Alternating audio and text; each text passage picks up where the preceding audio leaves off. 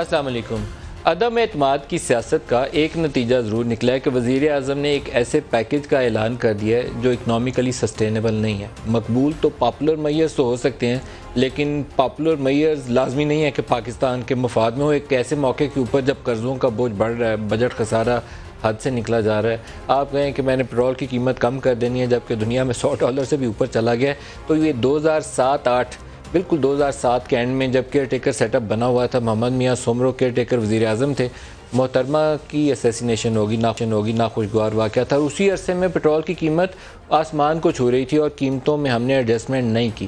نقصان کیا ہوا؟ نقصان یہ ہوا کہ پاکستان کو آئندہ آنے والے سالوں میں اس کی قیمت چکانا پڑی، افراط زر کی شکل میں بھی، خسارے کی شکل میں بھی، اور بڑھتے ہوئے قرضوں کے بوجھ کی شکل میں بھی۔ آج بھی کچھ ویسی ہی صورتحال ہے اور ہمیں اس کا کوئی نہ کوئی راستہ ڈھونڈنا پڑے گا۔ دوسرا نتیجہ جو اس کا سامنے آ رہا ہے کہ جن کو وزیر اعظم پبلکلی چور اور ڈاکو پکارا کرتے تھے، جن کے صاحبزادے کو وزیر بنانے پہ تیار نہیں تھے، تو آج چل کے انہی چودھری شجاعت اور چودھری پرویز الہی سے ملاقات کرنے ان کے گھر پہنچ گئے۔ تو پنجاب کی سیاست میں کافی ہلچل ہے۔ شہباز شریف ہوں، آصف زرداری ہوں، ایم کے ایم ہو یا کوئی اور ہو، لائن لگا کے چودھری برادران سے ملاقات کر رہے ہیں، کیونکہ تبدیلی پنجاب سے ہی شروع ہونی ہے اور پنجاب کا ایک ایک ووٹ اہمیت کا حامل ہے۔ آج کے پروگرام کا ہمارا پہلا حصہ اسی پہ فوکس رہے گا اور دوسرے حصے میں ہم ڈاکٹر حفیظ پاشا سے بات کریں گے اور جو وزیر اعظم نے پیکج دیا ہے آئی ایم ایف اور فیٹ ایف کو سامنے رکھتے ہوئے پاکستان پر کیا اثرات مرتب ہو سکتے ہیں اس پر بھی بات کریں گے۔ پروگرام شروع کرنے سے پہلے آپ کو ایک سٹیٹمنٹ سنانا، ابھی چند ہی دن پہلے وزیر اعظم نے اپوزیشن پارٹیز کا مذاق اڑایا تھا کہ وہ 20-20 سال پرانے لوگوں کی خیریت دریافت کرنے آج کل جا رہے ہیں، تو کہا کیا تھا، سنیے۔ جو گھبرائے ہوئے ہیں نا، ان کو اب چودھری صاحب کی صحت کا خیال آ گیا۔ چودھری صاحب، میں سمجھتا ہوں پاکستان کے وہ پولیٹیشین شاید ہی کسی کے پاس وہ سکلز ہوں پولیٹکس کے جو چودھری شجاعت کے پاس ہے۔ ان کو یاد آ جانا ہے ایک دم کہ ان کی صحت کے اوپر، یہ وہ لوگ ہیں جو وہ گھبرائے ہوئے ہیں۔ جو گھبرائے ہوئے ہیں وہ آج کل 20-20 سال پرانی اپنے جو ورکرز کی، اپنے جو MPs MNAs کی فوتگیاں ادھر بھی جا رہے ہیں آج کل، ان کو یاد آ گئی ہیں، تو اس لیے وہ گھبرائے ہوئے ہیں۔ یہ وہ بیانات ہیں جو پاکستانی سیاست کی صحیح عکاسی کرتے ہیں۔ جب دل آئے کان کو ادھر سے پکڑ لیں، جب دل آئے ہاتھ گھما کے دوسری طرف سے پکڑ لیں۔ پروگرام کے پہلے حصے میں ہمارے ساتھ مہمان شخصیت ہیں شاہد خاقان عباسی صاحب، پاکستان کے سابق وزیر اعظم۔ خاقان صاحب، ویری وارم ویلکم۔ لگتا یہ ہے کہ اپوزیشن کو بڑا ٹف ٹائم ملا ہے کاف لیگ سے مطالبات کے اوپر، تو معاملات آپ کے عدم اعتماد کے مؤخر ہو گئے، تاخیر کا شکار ہو گئے۔ نہیں، ایسی کوئی بات نہیں ہے۔ ٹف ٹائم تو حکومت کو مل رہا ہے کہ آج وزیر اعظم صاحب اسلام آباد سے اٹھ کر لاہور گئے ہیں، اور جو ابھی آپ نے دکھایا ہے چودھری شجاعت صاحب کے بارے میں ان کی کیا رائے تھی اور آج کیا رائے ہے اور کیوں گئے ہیں، تو اس سے آپ خود ہی اندازہ لگا لیں کہ وفاق میں 5 ووٹ ہیں کاف لیگ کے، اور جو برتری ہے وہ 8 کی ہے، 8 یا 9 کی ہے۔ تو اب آپ خود حساب لگا لیں کہ اپنے ایم این ایز نہیں ہیں ان کے ساتھ، وہ کوشش کر رہے ہیں کہ اتحادی بھی نہ چھوڑ کے چلے جائیں۔ یہ ان کا کام ہے۔ ہم نے تو دعوت دی ہے کاف لیگ کو بھی کہ اگر اپنی سیاست بچانا چاہتے ہیں تو اس موقع پر اپوزیشن کا ساتھ دیں۔ میں نے کچھ بیک گراؤنڈ انٹریکشن کیا ہے تمام سیاسی جماعتوں کے لوگوں سے، جو مجھے تاثر ملا ہے کہ ایک بڑا سوال پیپلز پارٹی نے بھی اور کاف لیگ نے بھی آپ کے سامنے رکھا۔ وہ سوال یہ تھا کہ نون لیگ چاہتی ہے کہ فوراً الیکشنز ہو جائیں، اس میں آپ کی جماعت کو تو فائدہ ہو جائے گا، ان کو کیا ملے گا؟ یہ سوال تو صحیح ہے، آپ اپنا فائدہ سوچتے ہیں تو وہ بھی تو اپنا سیاسی الیکشن تو سارے لڑیں گے نا، صرف ہم تو نہیں لڑیں گے۔ جب الیکشن ہوں گے وفاق میں، صوبے بے شک قائم رہیں، ہمیں کوئی اس سے غرض نہیں ہے، صوبے قائم رہیں، صوبائی اسمبلیاں نہیں توڑی۔ جی صوبائی اسمبلیاں رکھ لیں۔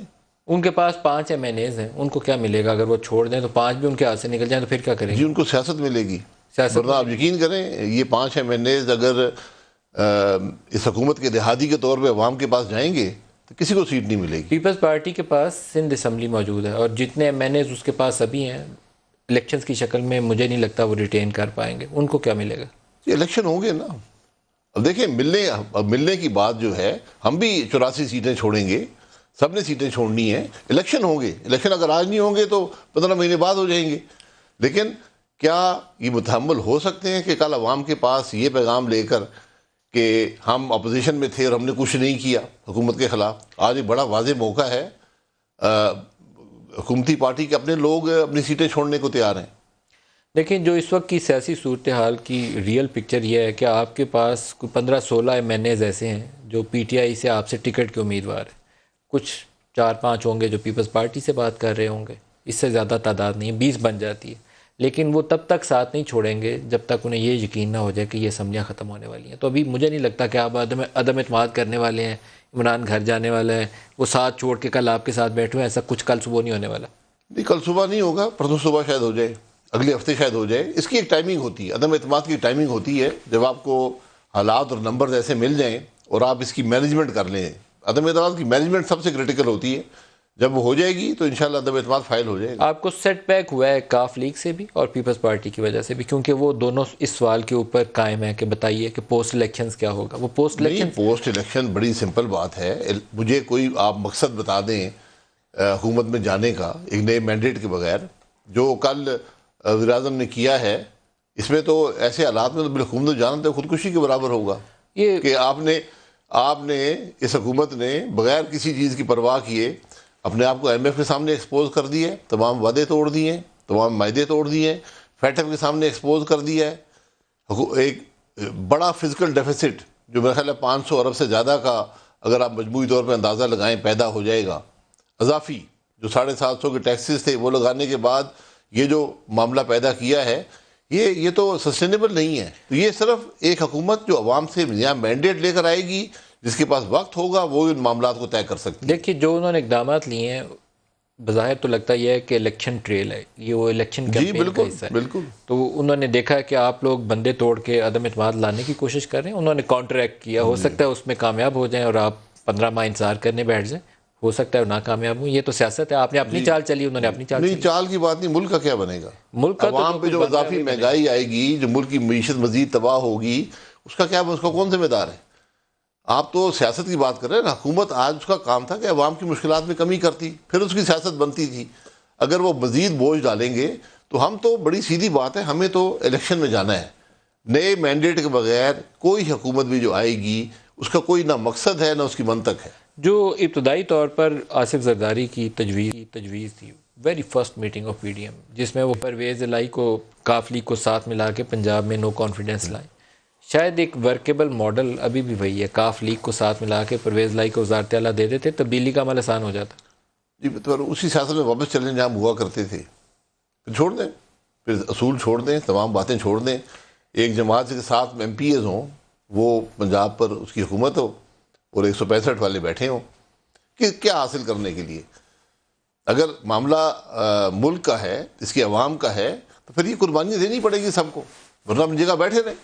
22 MPs ہیں JKT کے ساتھ بھی، لیکن وہ بھی تب تک سامنے آنے پہ مجھے لگتا ہے کہ تیار نہیں ہیں جب تک کہ کلیئر روڈ میپ نہ، اور کلیئر روڈ میپ نہیں ہے. نہیں، مجھے تو کم از کم بڑی کلیئرٹی ہے کہ وفاق میں آپ کو تبدیلی لانی ہے. صوبے بے شک بیٹھے رہیں، کوئی بات نہیں ہے. یہ اگلے چند روز کی گیم ہے. مجھے لگتا ہے کہ آپ کے لیے مشکلات بڑھ رہی ہیں گزرتے ٹائم کے ساتھ. آپ کو اینڈ فیب سے پہلے یہ کام کر لینا چاہیے تھا. اب ڈریگ جتنا ہوگا دوسری پارٹی اپنے کارڈز کھیلے گی، جو کھیلنے ہیں انہوں نے سکسیسفلی کھیل نہیں، رہے اس کام میں جلدی نہیں کی جاتی، اب پھنس اس جائیں. کام میں اپنی ٹائمنگ کے حساب سے کیا جاتا ہے. آپ کا خیال میں اس کا احترام کرتا ہوں، لیکن بغیر تیاری کے، بغیر کلیئرٹی کے عدم اعتماد کرنا اس کا کوئی مقصد نہیں ہے. اگر کاف ساتھ آپ کے بیٹھنے پہ تیار نہیں ہوتی، وزیر اعظم اپنے اتحادیوں کو ساتھ رکھنے میں کامیاب ہو جاتے ہیں، آپ کے لیے مشکلات ہیں، آپ نہیں کر سکتے عدم اعتماد. مشکلات ہو سکتی ہیں لیکن نمبرز جو گیم ہے وہ پوری ہے. نمبرز گیم ان MNAs کے ساتھ پوری ہے جو آپ سوچتے ہیں کہ آپ سے ٹکٹوں کے امیدوار بیٹھے ہیں ود ان PTI.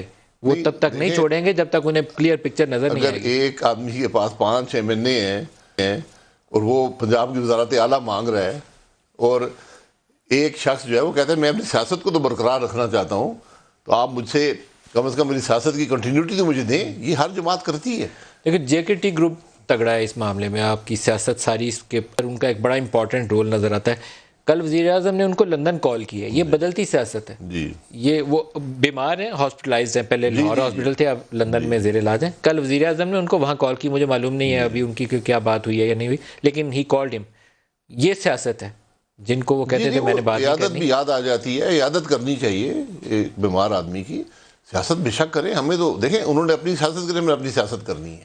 ہم سیاست کر رہے ہیں عوام کی، ہم اقتدار کی سیاست نہیں کر رہے، ہم مفاد کی سیاست نہیں کر رہے. ہم تو کہتے ہیں کہ آج ضرورت اس ملک کو یہ ہے، اس کے عوام کو یہ ہے کہ ان کو پھر ایک دفعہ مینڈیٹ کا حق دیا جائے. یہ ویسے یہ بڑا ایمبیگوس اسٹیٹمنٹ ہوتا ہے جب پرائم منسٹر ہمارے کہتے ہیں نا کہ مجھے وزارت عظمیٰ کی کیا ضرورت تھی، مجھے اللہ تعالیٰ نے سارا دیا ہوا تھا. ابھی آپ نے بھی کہا ہم اقتدار کی سیاست نہیں، کر رہے ہیں. بالکل آپ ہم اقتدار کی سیاست کر رہے ہیں یہ سر. کہنا کہ آپ مجھے چاہتے ہیں کیا عمران کی ضرورت تھی، حکومت گرائیں اور مجھے حکومت مل جائے گی، اقتدار کی سیاست. جو یہ کہتا ہے کہ مجھے کیا ضرورت تھی، اس کو پھر نہیں وہاں بیٹھنا چاہیے. آپ بھی سیاست کو اقتدار کی کر رہے ہیں. یہ والنٹری کام ہے، یہ والنٹری کام ہے. میں خود اپنے آپ کو پیش کرتا ہوں. مجھے اگر میں نہیں پیش کر سکتا، مجھے ضرورت نہیں تو گھر بیٹھے رہیں. لیکن ہم جو بات کر رہے ہیں، ہم بات کر رہے ہیں آئین کی، ہم بات کر رہے ہیں ملک کے مسائل کے حل کی. آج ملک کے مسائل کا حل ایک نئی حکومت میں نہیں ہے. ملک کے مسائل کا حق عوام کے سے ایک نیا مینڈیٹ لینے میں ہے، جس کو بھی عوام دیں. پی ٹی آئی جیتتی ہے وہ جیت جائے، پیپلز پارٹی جیتتی ہے وہ جیت جائیں، کاف لیگ جیتتی ہے وہ جیت جائیں. آج اور کوئی حل نہیں. مجھے کوئی اور حل بتا دیں، میں اس پہ سننے کو تیار ہوں. بڑا نازک وقت ہے جس سے ہم گزر رہے ہیں. یہ وزیر اعظم کا پاپولر میئرز کا پیکیج اگر اقتصادی مشکلات لائے گا، آئی ایم ایف یا فیٹ ایف سے کچھ ایشوز سامنے آئیں گے، آپ الیکشنز کھیل لیں، وہ اپنی سیاست کھیل لیں، مجھے لگتا ہے کہ ہم کافی کچھ نقصان کر بیٹھیں گے. مجھے حل بتا دیں نا. میں نے آپ کو حل دیا ہے. آج ملک کے مسائل کا واحد حل ایک نئے مینڈیٹ میں ہے. عوام کو اپنی حق کے اظہار کا موقع دیں، یہ تو آپ کا اس رائے مطالبہ کا ہے. احترام کریں. یہ تو آپ کا مطالبہ ہے، مینڈیٹ تو ان کے پاس ہے. نہیں، میرا مطالبہ نہیں ہے، میں یہ حل بتا رہا ہوں. یہ حکومت نہیں چل رہی، حکومت ناکام ہو گئی ہے. حکومت ایک چوری شدہ الیکشن نتیجے میں آئی تھی. 3.5 سال گزر گئے ہیں. حکومت نے اس ملک کو کچھ نہیں دیا مشکلات کے علاوہ. تو آج اس کا ایک حل، یہ ایک ہی حل ہے. سر جو سیاست ہے وہ کچھ عجیب سی ہے پاکستان میں. 2014 سے 2018 تک عمران خان بھی یہی بات کہتے تھے کہ انہوں نے مینڈیٹ چرایا ہوا ہے. اب آپ اس کو کہتے ہیں مینڈیٹ چرایا ہوا ہے. ہم کیسے باہر دیکھیں، نکلیں گے؟ مینڈیٹ چرائے ہوئے ہے، اس میں آپ جو بات کرتے تھے اس کے اندر کوئی وزن تھا؟ آج پورا ملک کہتا ہے مینڈیٹ چرائے ہوئے ہیں. آپ باہر نکلیں، لوگوں سے پوچھیں، وہ کہتے ہیں الیکشن چوری کر کے آئے ہیں، ان سے ہماری جان چھڑائیں. آج عوام کا دباؤ ہے. اس سے پہلے عوام کا کوئی دباؤ نہیں تھا. لوگوں کے سوال کی وجہ مہنگائی، بے روزگاری ہے، اکنامک ڈیفیکلٹیز ہیں جس سے وہ لوگ سوال میں کرتے تو نہیں لایا نا، حکومت لائی ہے. حکومت وہ لائی ہے جس کے زیادہ ممبران یہاں موجود نہیں ہونے چاہیے تھے اسمبلی میں. وہ الیکشن چوری کر کے لائے گئے ہیں، اکثریت دی گئی ہے. تو اس لیے یہ ان مشکلات پیدا ہو گئی ہیں. اب ان کے حل کی تلاش ہے. حل کا تلاش آئینی حل، عدم اعتماد ہے اور نئے الیکشن میں ہے. نئے الیکشن پرائم منسٹر کی مرضی سے ہو سکتے ہیں یا عدم اعتماد سے ہو سکتے ہیں. عدم اعتماد اگر آپ کر نہیں پائے تو وزیر اعظم خود تو کریں گے. جی ٹھیک ہے، ہم سے نہیں ہوا عدم اعتماد تو ٹھیک ہے، پھر آپ 15 ماہ انتظار بیٹھے کریے. جی. بہتر مشورہ یہی ہے آپ کے لیے. آپ بھی انتظار کر لیں گے. ہم تو پروگرام کریں گے، آپ کے انٹرویوز کریں نہیں، گے. پروگرام کریں گے، آپ بھی گھر جاتے ہیں. 15 ماہ پھر انتظار کریں گے آپ. نہیں، ہم نہیں کریں گے جی. ہم عدم اعتماد کی پوری کوشش کریں گے. عدم اعتماد انشاءاللہ ہمیں امید ہے کہ وہ ہو جائے گا اور اس کے بعد بات آگے چلے گی. اور کب تک؟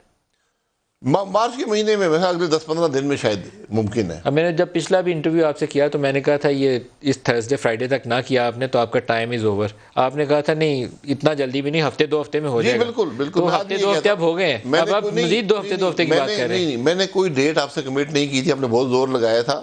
میں آج بھی کہتا ہوں کہ عدم اعتماد اس وقت کیا جاتا ہے جب حالات موزوں ہوں، نمبرز ہوں اور آپ نے اپنا ہوم ورک کر لیا ہو. اس پر بھی کام ہو رہا ہے. جیسے بھی ہو گیا عدم اعتماد ہو جائے گا. سب اللہ خیر رکھے. جولائی 2023 تک ہی ہوگا. نہیں، اگست میں جائے نا، 17 اگست تک جانا. 17 اگست تک جانا ہے بس. پھر جولائی جلدی آپ نہ کریں. جولائی 17 اگست کی تاریخ پاکستان کی ہسٹری میں اچھی نہیں ہے. اللہ کرم کرے گا. یہ کروڑوں لوگوں کی دعائیں ہیں، وہ انشاءاللہ کامیابی ہوگی. 17 اگست کی تاریخ پاکستان کے لیے اچھی نہیں ہے. کوئی تاریخ آگے پیچھے رکھ لیجئے گا. نہیں، 17 اگست کی تاریخ واقعی ٹھیک نہیں ہے، اس میں کوئی شبہ نہیں ہے. ایک بریک لے لیں، ہمارے ساتھ رہیے گا.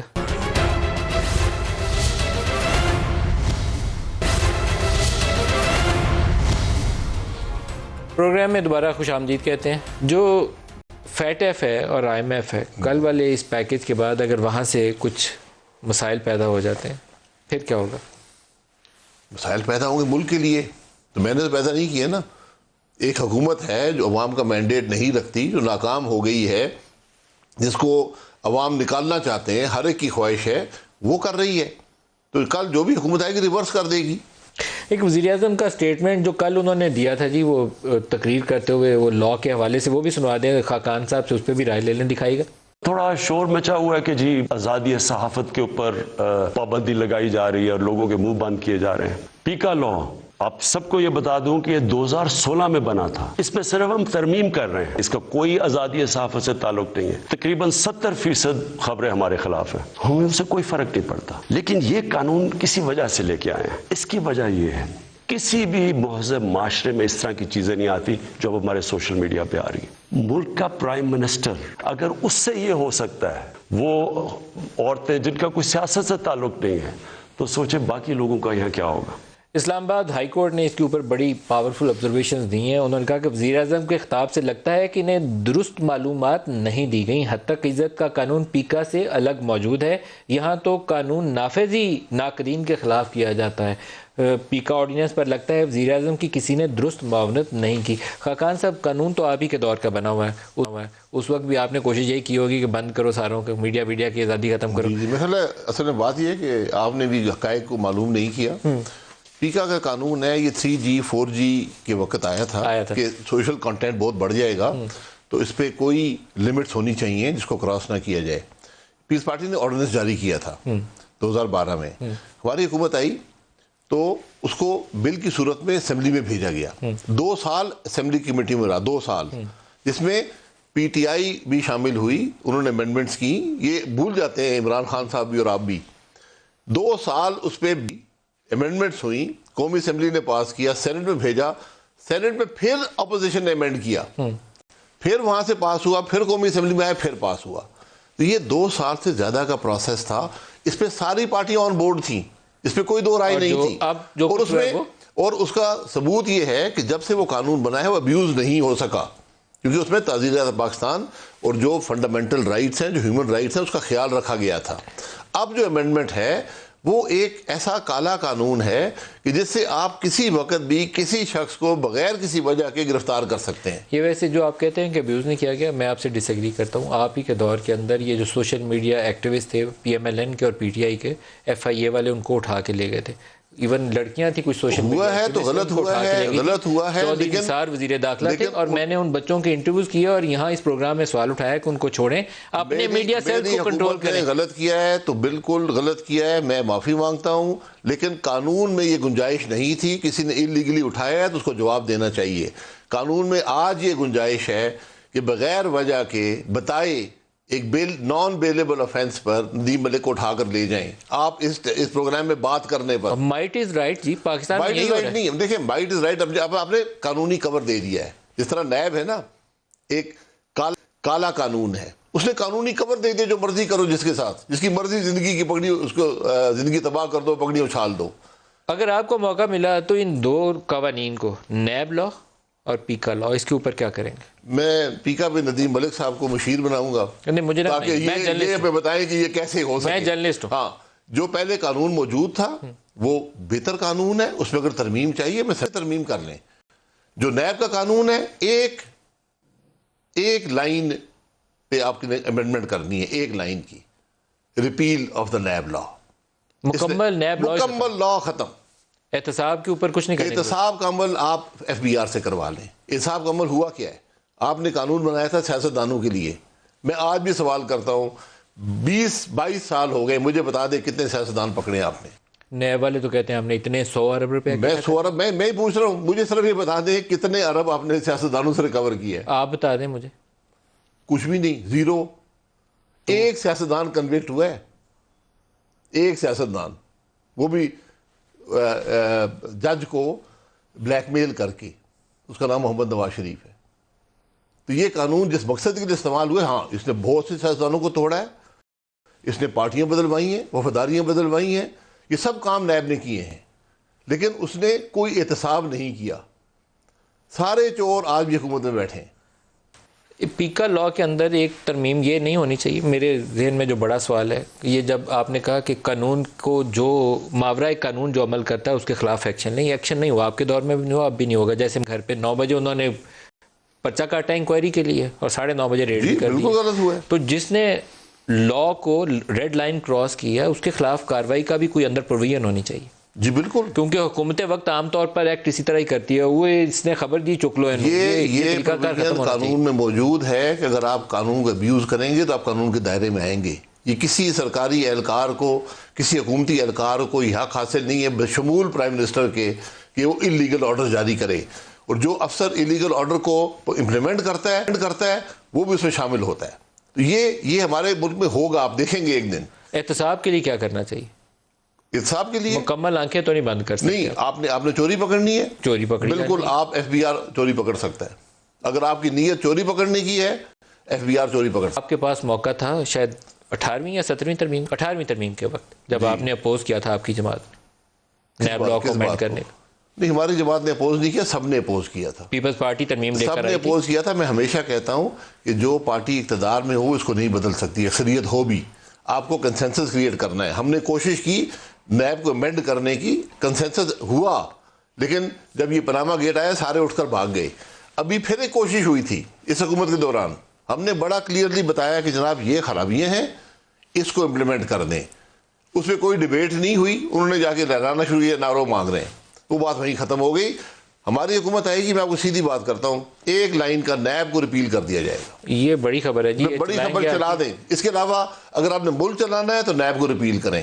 اگر آپ نے یہی تماشا کرنا ہے جو آج ہے تو پھر نیب رکھیں. پیپلز پارٹی والے لانگ مارچ کر رہے ہیں. ایک سیاسی حلقوں میں تاثر یہ ہے کہ بلاول کے لانگ مارچ سے اسلام آباد میں کچھ ہلنے والا نہیں ہے.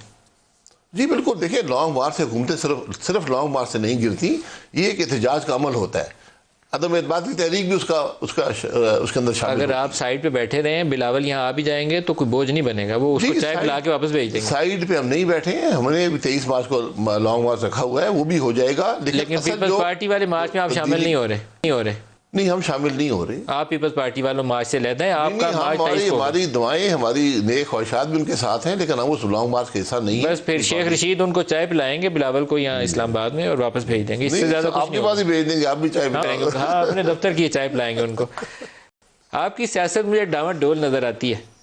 آپ بڑے عرصے سے ڈاما ڈول نظر آتی ہے. آج ایک ہی جماعت اصولوں پہ کھڑی ہے، اس کا نام مسلم لیگ نون ہے. یہ بھی آپ یاد رکھیں. لیکن اصول کیا ہے جی؟ آپ بھی اقتدار چاہتے ہیں، وہ بھی اقتدار کی جنگ لڑ. ہم نے آج تک اقتدار کی بات نہیں کی. ہم کہتے ہیں عوام کو مینڈیٹ دینے دیں. عوام ہم کا کہتے ہیں مینڈیٹ جس کیا نے ہے؟ اقتدار کرنا ہے صوبے رکھے.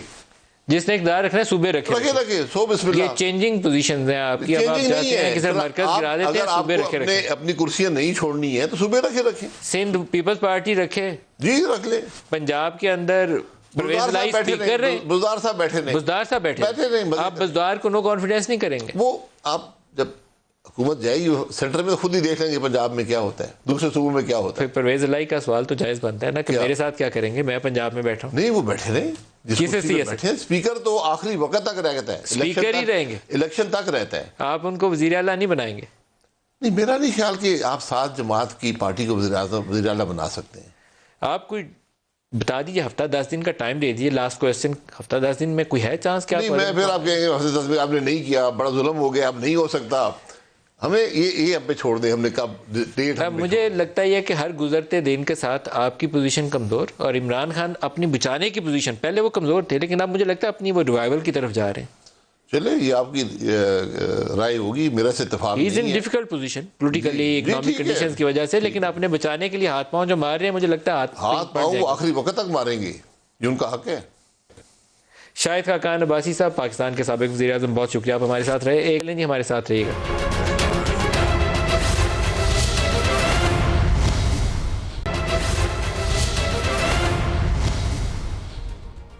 پروگرام میں دوبارہ خوش آمدید کہتے ہیں. ڈاکٹر حفیظ پاشا ہمارے ساتھ ہیں. پاشا صاحب، وزیر اعظم نے جو پیکیج جس کا اعلان کیا اس کو سامنے رکھتے ہوئے آپ کو کیا لگتا ہے بہت اچھے اقدامات ہیں، اکانومی کے لیے سسٹینیبل ہیں یا نہیں ہیں؟ آپ کا تجزیہ. بسم اللہ الرحمن الرحیم.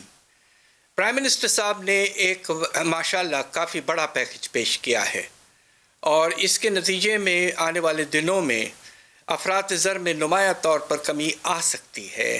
جب بجلی کی نرخوں میں 5 روپے کی کمی اور تیل کی قیمتوں میں 10 روپے کی کمی ہوگی، اور اس کے نتیجے میں بہت سی چیزوں کی قیمتوں میں انشاءاللہ ان کے بڑھنے کی رفتار بھی کم ہو جائے گی. اور میرا اندازہ یہ ہے کہ آنے والے دنوں میں افراط زر جو پچھلے مہینے 12% سے کچھ زیادہ تھا، وہ انشاءاللہ 8 یا 9% تک گر سکتا ہے. سوال یہ پیدا ہوتا ہے کہ کیا یہ سلسلہ جو ہے یہ قائم رہے گا؟ اس کے بارے میں میری رائے یہ ہے کہ پرائم منسٹر صاحب اگر مناسب سمجھتے تو ایک بیلنسڈ پیکج پیش کرتے. تقریباً جو اگلے 4 مہینے کی جو کمٹمنٹ کی ہے پرائم منسٹر کی یہی قیمتیں رہیں گی، تو انہیں شاید یہ مناسب ہوتا کہ وہ ایک بیلنسڈ پیکج لاتے، اس لیے کہ اس سے جو آمدنی اور ریونیوز میں کمی آئے گی وہ تقریباً 4 مہینے میں 300 ارب کے لگ بھگ ہے.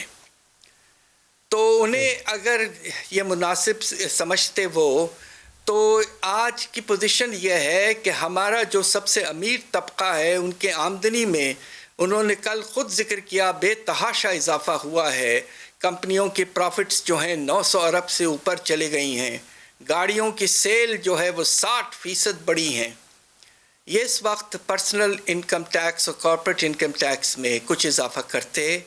انکم سپورٹ لیوی کے ہمارے لاز میں موجود ہے پروویژن، اسے استعمال کرتے اور کوشش کرتے کہ ایک بیلنسڈ پیکج اگر لے آتے تو میں سمجھتا ہوں کہ یہ ریلیف سسٹینیبل ہو سکتا تھا اور اس کے نتیجے میں عوام کو کچھ سگنیفیکنٹ فائدہ بھی ہو سکتا تھا. اب ڈاکٹر صاحب ابھی اگر بجٹ خسارے کو سامنے رکھیں تو آپ کا کیا اندازہ ہے کہ رواں مالی سال کتنا خسارہ ہو سکتا ہے؟ دیکھیے، بجٹ کا جو ٹارگٹ آئی ایم ایف کے ساتھ اگریمنٹ کیا گیا تھا وہ 6.9% تھا، مگر اس میں کچھ چیزیں ایسی ہیں جس کے نتیجے میں اس ریلیف سے پہلے ہی کچھ خطرہ موجود تھا کہ خسارہ بڑھ جائے گا، اور اس کے 2-3 وجوہات ہیں. ایک تو یہ کہ جب آپ نے سر سود کو 7% سے 9.75% کر دیا ہے تو اس کے نتیجے میں آپ کا جو سود کی پیمنٹ ہے اس میں تقریباً 150 سے 200 ارب کا اضافہ ہوگا آنے والے مہینوں میں. دوسری طرف آپ کے کچھ ریونیوز میں کمی ہے. نمایاں طور پہ تو پیٹرولیم لیوی کی ریونیو میں تو بہت کمی آئی تھی، اب تو تقریباً نہ ہونے کے برابر ہوگی اگلے 4 مہینے، اس سے بھی خسارہ بڑھتا ہے. اور تیسری طرف آپ کے جو سبسڈیز ہیں وہ آپ کو زیادہ دینے پڑ رہے ہیں، اس لیے کہ آئی پی پیز کو دینا ہے، اور اس میں اب اور اضافہ ہوگا 5 روپے کم ہونے کے بعد. لہٰذا ہمارا اندازہ یہ ہے کہ اس سال کا خسارہ پھر سے 6.9% جی ڈی پی کے ٹارگٹ کے بجائے یہ بڑھ کر تقریباً 7.9 یا 8% آف دا جی ڈی پی تک بڑھ سکتا ہے. سر 8% کا مطلب ہوگا تقریباً 4,500 ارب روپے، تقریباً اتنا ہی ہوگا؟ جی بالکل اتنا ہی ہوگا. تو 4,500 ارب روپے تقریباً ہمارے اضافی قرضے بھی لینے پڑیں گے.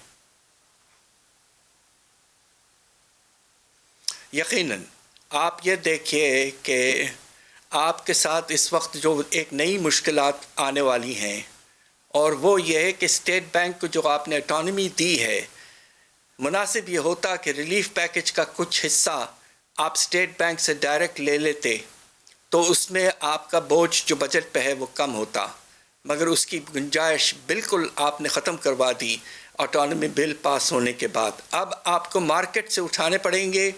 ابھی تک جو پوزیشن رہی ہے کہ باہر سے زیادہ پیسہ آپ نے اٹھایا ہے، اور اس کی وجوہات یہ ہے کہ آپ کو سعودی عربیہ سے 3 ارب ڈالر ملے لون، آپ کو آئی ایم ایف نے ایس ڈی آرز میں اسپیشل ایلوکیشن 2.8 ارب ڈالر دیے، تو باہر سے پیسہ اس لحاظ سے پچھلے 7 مہینے کافی آیا ہے. تو آپ نے ڈومیسٹک بورونگ کم کی ہے، مگر اب آپ کو اب آپ کو زیادہ کرنا آئی ایم ایف کے ساتھ بھی مسائل تو سامنے آ سکتے ہیں، کیونکہ آئی ایم ایف کے ساتھ بڑا اسپیسیفک ایگریمنٹ تھا پیٹرولیم ڈیولپمنٹ لیوی کے اوپر، اور ایک ایبسلیوٹ نمبر بجٹ ڈیفیسٹ کے اوپر ایگری کیا تھا. وہ تو بلکہ یہ کہتے تھے کہ اگر آپ کے ریونیوز میں کمی آئے گی تو اتنا ڈیولپمنٹ پروگرام کاٹیں گے. تو اب تو ہم 1% point of G D P اضافی کاسٹ بک کر چکے ہیں، تو آئی ایم ایف ہمارے ساتھ کیا کرے گا؟ مجھے کہتے ہوئے اس بات کا بہت احساس ہے کہ آئی ایم ایف کا رجحان پاکستان کی طرف 6th ریویو میں جو ہم نے دیکھا وہ حد سے زیادہ سخت تھا، اور اس کے امکانات ہیں کہ یہ سلسلہ جاری رہے گا، اور جو 7واں ریویو ہے جو مارچ کے اینڈ میں ہونا ہے اس میں بہت دقت آئے گی، اس لیے کہ آپ نے کچھ کمٹمنٹس کیے ہوئے ہیں کہ آپ نے یہ کہا ہے کہ ہم انکم ٹیکس کا ایک پیکج فیبروری کے اینڈ میں تیار کر لیں گے۔ اب دیکھتے ہیں کہ ایسا ہوتا ہے یا نہیں۔ دوسری طرف نرخوں میں اضافہ تھا، اس کے برعکس آپ نے کمی کی ہے، اور تیسری طرف آپ نے نمایاں طور پر ڈیولپمنٹ پروگرام جو فیڈرل لیول کا ہے 960 ارب سے کم کر کے آئی ایم ایف سے ساتھ اگریمنٹ کر کے اس کو 500 ارب کم کر دیا ہے، تو اب اس میں کوئی گنجائش نہیں ہے کم کرنے کی۔ تو لہٰذا اب یہ دیکھنا ہے کہ آئی ایم ایف کا رجحان دنیا میں جو اب پچھلے کچھ ہفتے 10 دن میں تبدیلی آئی ہے رشیا یوکرین وار کی وجہ سے، اور آئی ایم ایف کے مینیجنگ ڈائریکٹر نے بھی کچھ پریشانی کا اظہار کیا ہے کہ ملکوں کا کیا حال ہوگا، خاص طور پہ ترقی پذیر ممالک جو ہیں۔ تو اب یہ دیکھیے کہ کیا آئی ایم ایف کے رجحان پاکستان کی طرف میں کچھ تبدیلی آتی ہے۔ میرا اپنا خیال یہ ہے کہ اس کے امکانات کم ہیں۔ یہ سسٹینیبل ہے یا اٹس ناٹ سسٹینیبل؟ آپ اس کو کیا ڈیفائن کرتے ہیں؟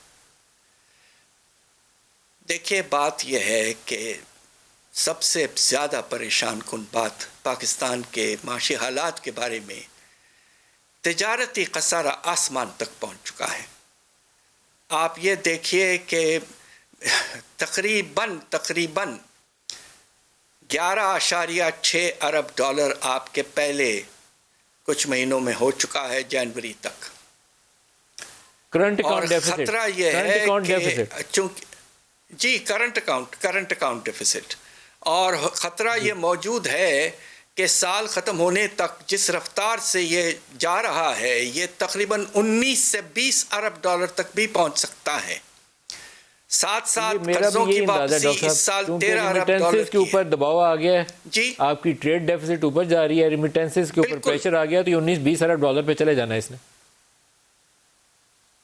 بالکل جانا ہے، جی آپ ٹھیک کہہ رہے ہیں، اور اگلے سال اس سے بھی بڑھے گا۔ اس کی وجہ یہ ہے کہ آپ کے قرضوں کی واپسی اگلے سال 17 ارب ڈالر کے قریب ہے، 13 سے بڑھ کر 17۔ یہ آئیں گے کہاں سے ڈالر؟ تو جو آپ کی بیلنس آف پیمنٹس ہیں، توازن ادائیگی کے حالات حد سے زیادہ پریشان کن ہیں۔ سر یہ ڈالر کہاں سے آئیں گے؟ اس سال کے ہی نہیں پورے ہو رہے، آپ کہہ رہے ہیں 17 ارب ڈالر اگلے سال اور واپس کرنے ہیں، تو یہ آئیں گے کہاں سے؟ یہی تو سب سے زیادہ پریشانی اس وقت ہے، اور میری ناچیز رائے یہ ہے کہ مل جل کر سارے سیاسی اور سول سوسائٹی اور ہماری اسٹیبلشمنٹ مل جل کر اس بات پر غور کریں۔ یہ بہت ہی زیادہ پریشان کن معاملہ ہے۔ آلریڈی انٹرنیشنل ریٹنگ ایجنسیز کہہ رہے ہیں کہ اس وقت ایشیا میں 3 ممالک ہیں جو خطرہ ان کے سامنے موجود ہے کہ وہ قرضوں کی ادائیگی میں دقت ہوگی: سری لنکا، پاکستان اور کمبوڈیا۔ جی وہ لفظ تو میں اس وقت استعمال نہیں کروں گا، اس لیے کہ ہم سب دعا کر رہے ہیں کہ خدا نہ خواستہ ایسا نہ ہو، مگر خطرہ ضرور موجود ہے آنے والے مہینوں میں، اور اس کے لیے سخت سے سخت اقدامات لینے پڑیں گے۔ درآمدات کو کم کرنے کے لیے آپ کو نان ایسنشل جو امپورٹس ہیں ان پہ شاید امپورٹ کوٹا لگانا پڑے، جس طرح سری لنکا نے آلریڈی لگا دیے ہیں۔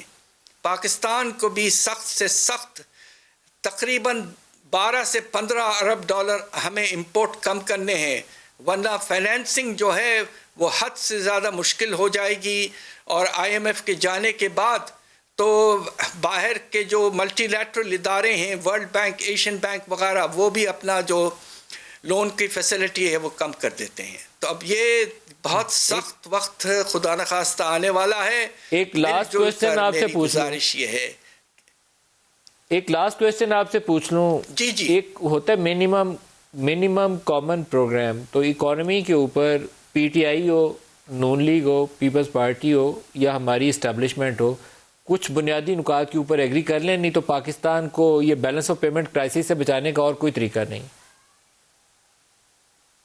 100% آپ کی بات مناسب ہے. میں نے کتاب بھی ایز اے پروفیسر لکھی ہے چارٹر آف دی اکانومی پر. اللہ کے فضل سے ہمارے پریزیڈنٹ صاحب کے پاس بھی ہے.